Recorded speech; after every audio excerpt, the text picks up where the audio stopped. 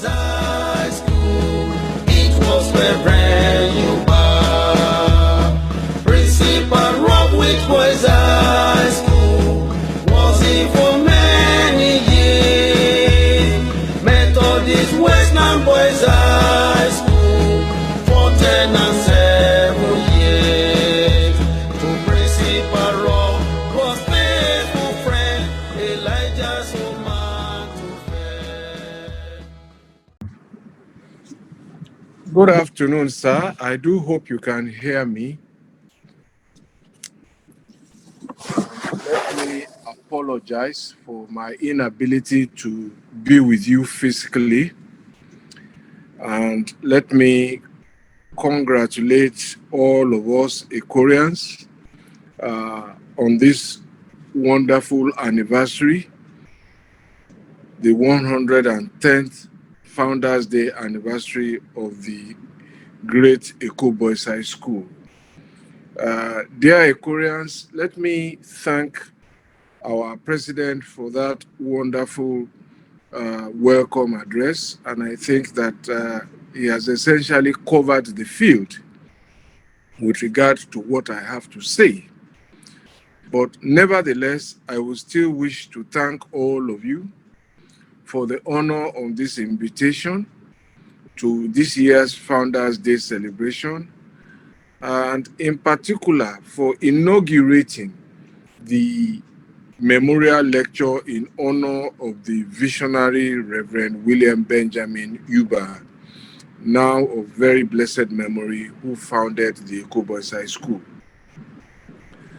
I'd like to start by taking us to somewhere in 1955 in Nigeria, when the premier of the Western region inaugurated the free primary education program across the Western region, and what the prevailing condition was that led to that policy.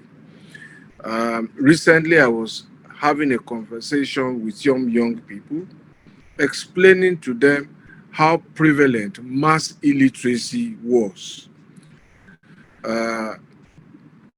Today, we can take for granted the ability to read and to write, and even to put meaning, because that is the best way I can describe it, to put meaning to numerals and to letters. 1, 2, 3, A, B, C. But this was unthinkable in large parts of Western region and in Nigeria in 1955. So people can now operate a telephone, identify the characters, save names and numbers. But this was not possible in 1955. And let us remember that those things we now take for granted were difficult headwinds for this nation, and we have largely put them behind us. Substantial numeracy with regards to ability to identify letters. The work is not finished by any means, but that has been a quantum leap. It was a revolutionary intervention. Because at that time, when people were not literate, one of the permanent businesses of that time was that of a professional letter writer. And yes, let me emphasize that a professional letter writer, that's a business we have now forgotten about, but it used to thrive in Nigeria. And what made it... Hello?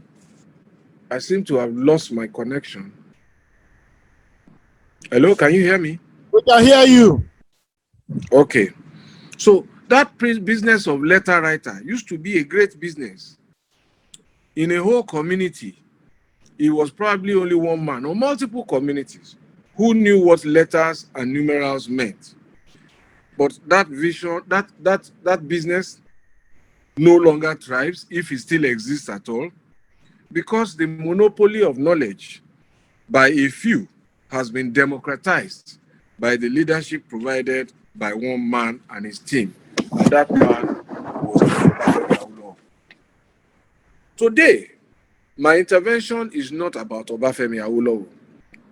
Rather, it is about William Benjamin Euba. But it is important to put matters in context by emphasizing how difficult things were in 1955 when Awolowo intervened, which is just about 68 years ago today.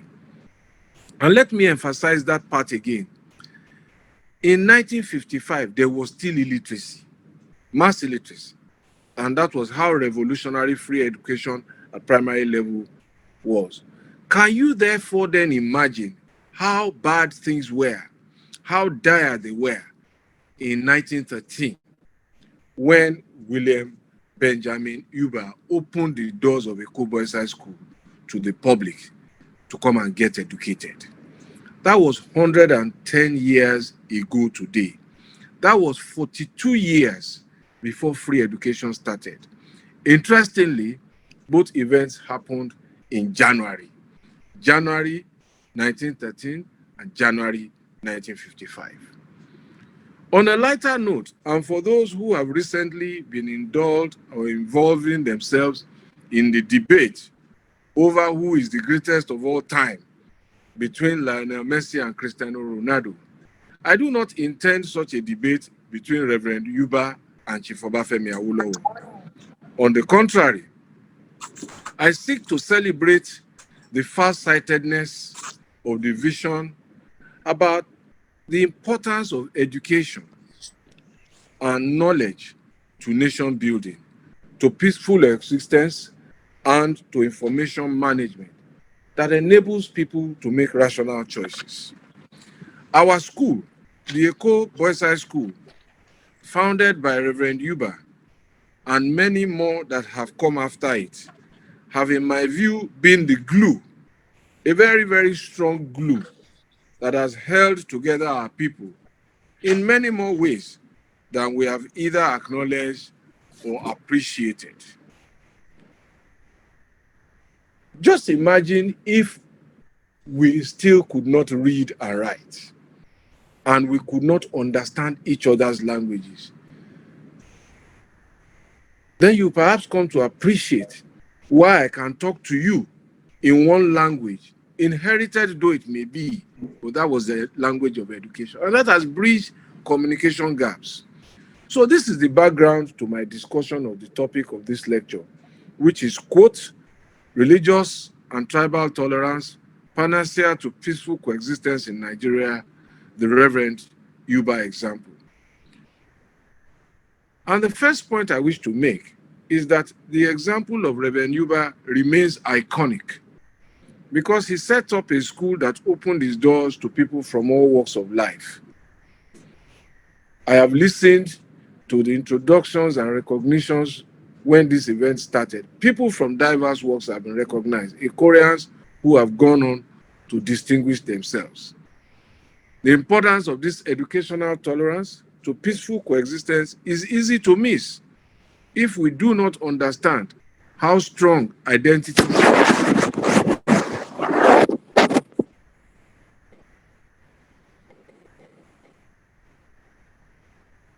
Again, some things are playing up on my screen, so I keep checking whether I'm still connected. But I was making the point that it is easy to miss the importance of education to tolerance and peaceful coexistence if we do not understand how strong identities are and how even more strongly people cling to their tribal, ethnic, and religious identities. For those who want to delve into the matter about identity more deeply, I recommend to them the book titled Identity, The Demand for Dignity, The Politics of Resentment. That book is written by Francis Fukuyama. I will repeat the title.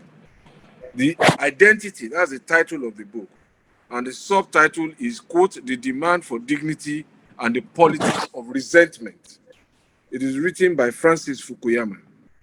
But for the purpose of today, I think it is simply sufficient to stress how strongly those identities magnify our suspicions about one another, how they inflame myths about others in our minds, and how they expand fault lines, which then masks the more important issues of our common bonds of humanity. And those are the things that we all share. It is the very early work and initiative of men like Reverend Euba and other missionaries of the time, undertaking to open up access to formal education for African and Nigerian children on a non-discriminatory basis, that has helped in no small way to bridge those gaps that are now being widened by manipulation of our ethnic and religious diversity. As I have had cause to argue on occasion, and I will repeat that argument, and it is simply this: if the creator of the earth has demonstrated the capacity to create diversity, certainly nothing could have prevented the creator from making all of us the same. The only thing that prevented him from doing so, in my view, is his infinite wisdom that our diversity should enrich us and make our planet better. Regrettably, it is that diversity that a few people, and I insist that they are few, it is that diversity that they choose to weaponize in an effort to deny us of the richness that the Creator intended for us. Clearly, I believe that Reverend Euba saw through their chicanery many years before it matured. He chose education as his weapon to put those few people in their place. And the place they deserve, in my view, is a place of irrelevance and a place of ignominy. Irrelevance and ignominy supplanted by the training of a large army of young people who have the understanding of both religions, who accept the minor differences in them, and cling more to the fundamentals of a common good and a common humanity. Those people, by coming to the same school, sitting in the same classrooms, eating together, participating in sporting activities together, have learned that we are not different from one another, even if we speak different languages. After all, as Bishop Desmond Tutu of blessed memory argues in his book, God is not a Christian. And he goes further to posit that the languages we speak and the faith we profess are not divine. On the contrary, they are products of where we were born and to whom we were born. And he says that where we were born and to whom we were born are accidents that we do not control. And his argument, to which I subscribe, is that those accidents of the circumstances of our birth and who our parents were, matters which we have no choice about, should not define our essence, because we have a choice about our essence. Those differences should not be points of discord, neither should they be points of discontent. Rather, they should serve as sources of strength and richness, which in fact they are. It must be, and it remains to the eternal credit of Reverend William Benjamin Euba and others like him, that they saw these resources as sources of strength and richness. And that was why they opened their doors and exposed young men and women to education without discriminating. This has turned out a generation of young men and women who have become a large army of adults who have overcome religious and ethnic differences to contribute to national good and national development. Permit me, ladies and gentlemen, to illustrate this phenomenon of the outcome of the work that men like Reverend Euba and other missionaries did by telling you a story. But this story is one example only of many uncountable examples. This event happened late last year, on the 16th of December, 2022. I was invited to the Church Missionary Society, the CMS Grammar School premises, to open an e-learning center at the school premises in Bariga area of Lagos. That center had 300 computers. It had high-speed broadband internet. It had a fully equipped information technology laboratory for students And it had many other facilities for librarians and teachers. What I found instructive about this school was that it was not built by the Anglican Mission, or by the Church Missionary Society. Neither was it built by a Christian. It was built by a Muslim, Senator Olubenga Bariu Ashafa, a two-term senator and now the managing director of the Federal Housing Authority. It was built because partly he was an old boy of that school. The Anglican Mission did not shut him out about 50 years ago when he sought admission there on the grounds that he was a Muslim. They could have, if they behave like the few who try to divide us. On the contrary, in their far-sighted vision, a vision similar to Reverend Euba's vision, dating back to 1913, the Church Missionary Society opened their doors to him. And what is more interesting, while he was a student in an Anglican school, they gave him special permission to perform the holy pilgrimage to Mecca. This was the wish of his parents, and he returned to complete his education. I will just pause here to ask all of us to look at that. Today, when we are overeating and overventilating about whether people should wear a hijab or not to wear a hijab, what do you think the conversation would have been 50 years ago? But that was a more tolerant era. Can you imagine now in a school owned by Christians, somebody wants to go to Mecca? But those are examples we must cling to and we must magnify them because they do not define us. So as I said during that event, when I was asked to come and formally dedicate the building, the question I asked is, what is a Bariu doing amongst Anglicans? Only the far-sighted vision of missionaries and men like Reverend Euba could also have found a place of comfort for Bariu amongst Anglicans. And for me, Raji, in Eko Boys High School.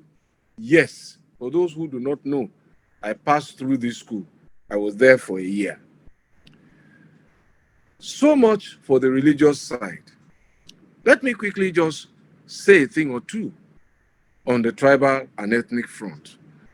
And I believe that what will be most impactful in breaking the myths about our diversity is for us to travel more across Nigeria.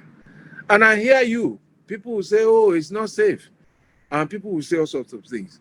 But this will not be with us forever. As our government continues to open up the country, building roads and bridges, I urge us to use them to understand the country more. Growing up as a child, I was made to believe in Lagos here that everybody who habited any place beyond Ore was a Kobo. And I leave you to fathom out what that word meant. But by the time I went to the University of Benin, I found out that there were no Kobos in Edo, then Bendel State. And that was well beyond Ore. I have had the privilege on my job to go around this country by road, traveling 12 hours a day across the 36 states. I've done this twice. And it is such a beautiful country in its diversity. And we must not surrender it to the few merchants of evil and merchants of hate. Interestingly, I'd like to share with you the fact that economic interests, economic competition, and perhaps even political competition brings the Hausa in conflict with the Fulani, brings the Fulani in conflict with the Nupe, and brings the Nupe in conflict with the Idoma. But the unspoken secret is that matters of the heart, love and marriage, bring them together when it suits them. And their differences transcend their disagreement, then does not matter when matters of the heart, matters of affection, and matters of love. And this is how it should be. Many of us will remember Ife and Mudakeke, and you will remember Aguleri and Umuleri. and you will remember the TV and the Jukun, all well dominated and documented in our history. These are examples of tribal differences that have been allowed to escalate, that have cost human life, but thankfully that we have managed either to put behind us or to bring under control. Ladies and gentlemen, let me close by giving you the political side of these tribal, ethnic, and religious differences. Today, we have many presidential candidates, and I think there are about 4 of them who are frontline candidates. The interesting thing is that 3 of those 4 used to be under one umbrella in 2018. Only Asiwaju stood differently. And more interesting is the fact that 2 of the candidates used to share the same umbrella.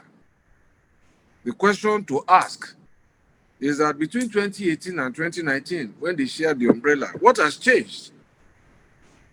Has the will become more versatile than the umbrella? Or have their interests and ambition taken different paths? Thankfully, those 2 candidates are doing their best to offer us some civility around the campaign, and this must be encouraged. So, ladies and gentlemen, let me close by saying that Reverend Euba's place in Nigeria's quest for peaceful coexistence is a place of legends. We cannot thank him enough. And I only wish and pray that his kind, generous, and visionary soul continue to rest in peace. And I hope that his example will continue to inspire our nation. Thank you very much for listening, and thank you for inviting me. I'll be upstanding and give him a round of applause, please.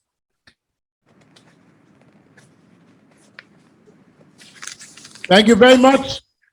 We will entertain 3 questions. We're going to entertain 3 questions, sir. Okay, sir. 1 from the high table, 2 from the floor. 1 from the floor. Anybody from the high table? No. 1. Anybody else? Who wants to ask a question here? No. Sir, you want to ask a question? Okay, sir. You can just sit you can sit where you are, sir. Just sit down, sir. The first question, sir. Thank you very much. My name is Dr. Femi Olukudano, and I have a question for the Honorable Minister. First, a comment. I would like to say, what a wonderful speech. We need more of this, especially during this election season. Nigeria is a great country, as you've alluded to. I have traveled far and wide in Nigeria as well, but I haven't covered the whole 36 states. But I can compare Nigeria to other countries of the world. There's hardly any place around the world that I haven't been to. My question, sir, with your speech, I want to ask you, why are you not running for president? Thank you.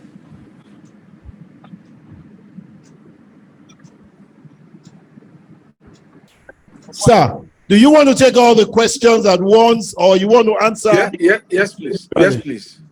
All the questions? Yes, please. Okay. If you don't mind. The second question is coming, sir. Your Excellency, I'm Ekorian Dr. Akibusari. I was part of the delegation that met you when you were the governor in 2011, when we were led by our late president, Ekorian Chief Fashola, SAN, MON, of the blessed memory. During your first time when we were in your office, I still have the picture you took with us. when we met you then, and we made our views known to you in respect of the extent of dilapidation our school was at that time, I remember clearly what you told us. You said your government did not have money to develop both the site where we are today and Abidjan. And you told us then that we should go back home and come back to you after making our decision known. And we came back to you. And when we came back to you in 2014, you gave us the 18 classroom block at Abidjan. Please let us appreciate him. I was the PRO then. Now you are the Federal Minister of Works and Ekorian. Sir, where we are today, we still need you. We need you where we are. We've made several efforts in respect of Abidjan. But when we met the present governor, we see that there's a litigation on Abidjan land, which we were not aware of then. Today, I have had cause to go to the Minister of Education several times. And we were told that the fencing of the Abidjan land has been allocated. But we should move away from doing the fencing so that the Omunile will not attack us. Your Excellency, as an Ekorian, please, we need your support. What effort can you do?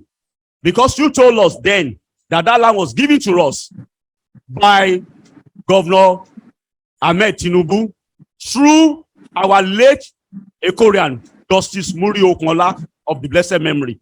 That land still belongs to EBHS, and we must not lose that land. Thank you very much. Thank you. The third question, please. Can we please be silent at the back, please? Please. Let us have decorum at the back, please. Your Excellency, my name is Rotimi John. I am a lawyer. I'm an Ekorian. This is the first, we are so pleased today. We are in very high spirits as Ekorians, because this is the first time we are learning at first hand that you are an Ekorian. Many stories have been told concerning your reputation of your Ekorian status, and we worried. We worried. We are in very high spirits today, learning from you for the first time that you too are an Ekorian. We are happy to welcome you, sir. My question follows on what the last person who asked question. You are aware of the state of the school, even in Mushin. The block, which all of us are proud of, I'm sure you are proud of that block. It was broken down for reasons we don't know. That building is the totem or the symbol of the school, because it represents for us Eko, Euba. It was destroyed, pulled down. Even up to this moment, this is in shambles. We ask, what can you do to help us to regain our old status, being the first indigenous school in Nigeria, also being the first school that called the bluff of religious skepticism and so on. We ask, what can the Honorable Minister do for us?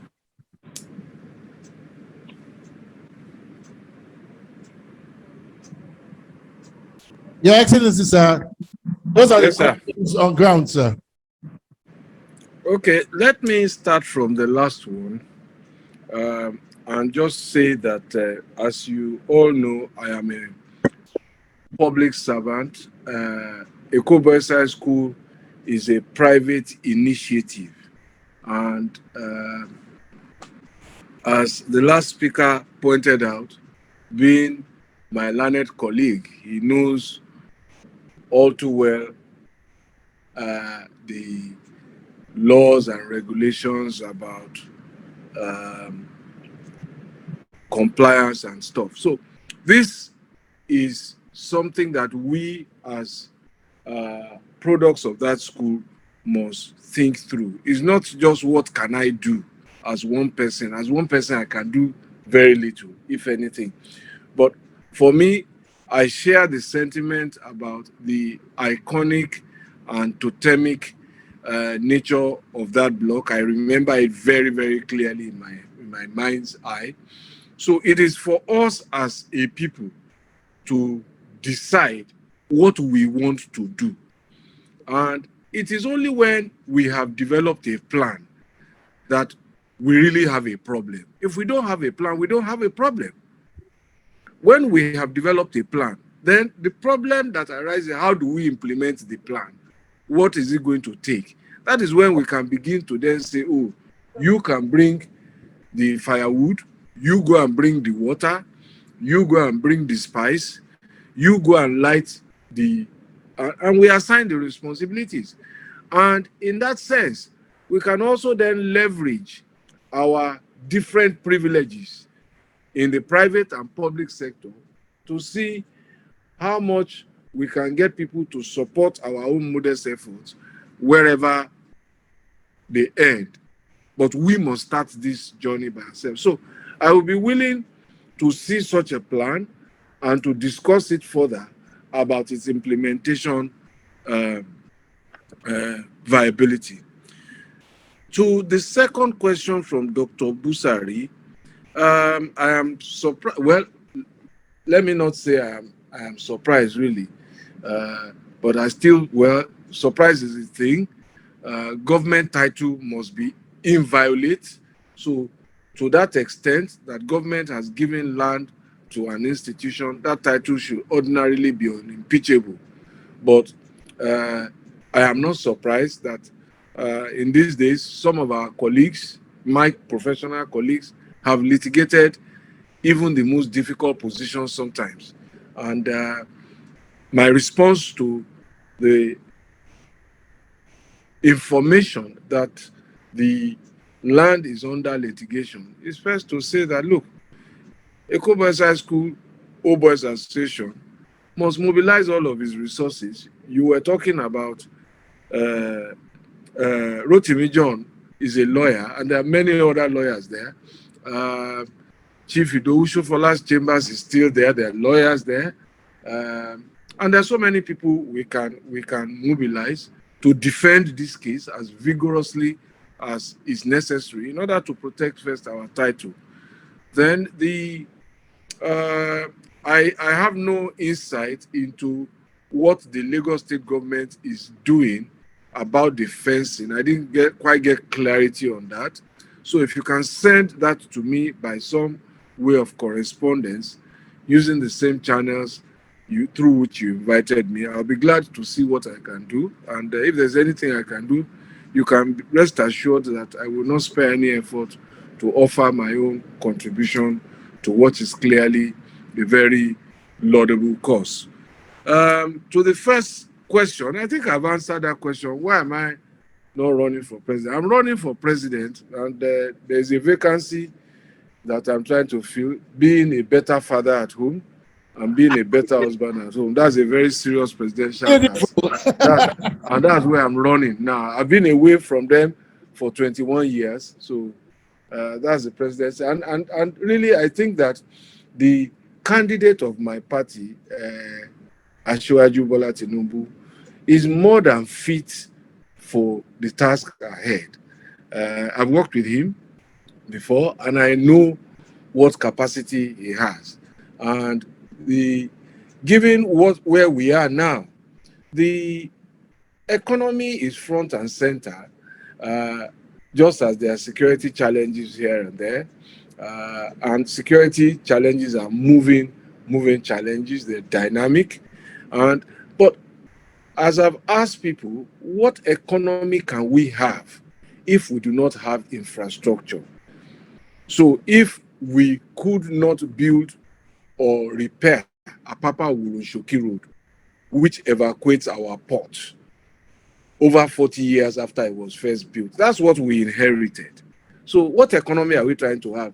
That is the largest seaport and the busiest. So that's almost 60% of our shipping activities that can come out of the port or go overseas. What economy will we have if after Buhari started the NLNG trains when he was Minister of Petroleum Resources over 30 years ago, we are just at train 7? What were the others who governed doing when he left? Now, the Ajaokuta Kaduna Kanu gas pipeline. How do you move energy if you don't build that pipeline? Since the Tinkan Island port in 1976, there has been no port expansion. Now, Lekki Port is finishing. So Buhari, essentially, this government, is delivering the hardware on which the economic prosperity we are all seeking will be built. Without the economy, those who are mounting productivity and all of that, I don't know where they want to produce.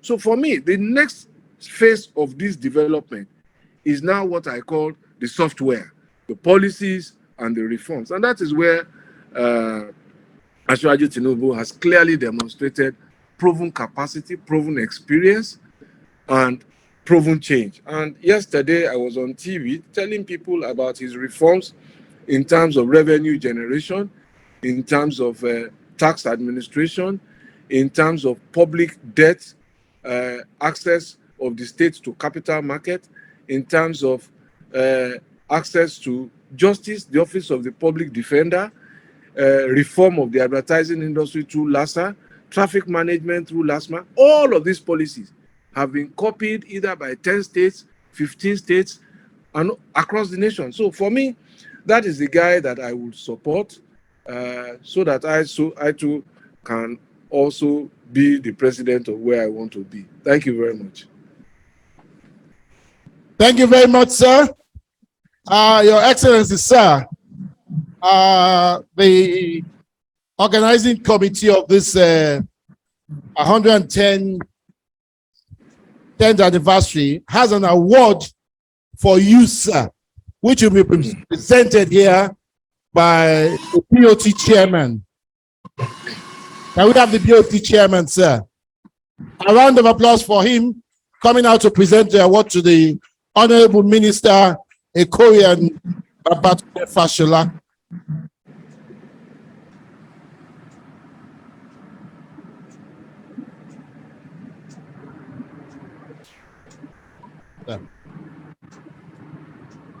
Our Honorable Minister of Works, Mr. Babatunde Fashola. You also have my name, Raji, so I don't know whether you are my father or I am your father, but nevertheless. I want to thank you very sincerely for the soul-searching lecture you have given us and the question you have so capably answered.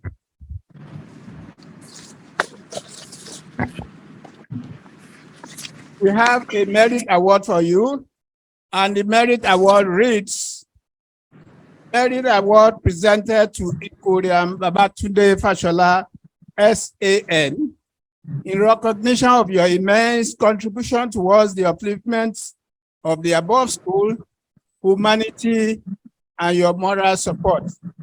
It's signed by our President, Ekorian Kayode Elliott, and the coordinator of the 110th Founders Day anniversary, Ekorian Alabi Subaya.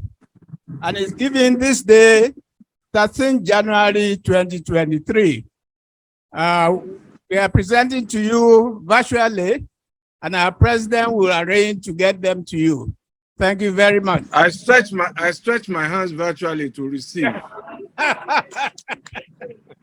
Thank you so very much. It's very kind and generous of you, sir. Thank you.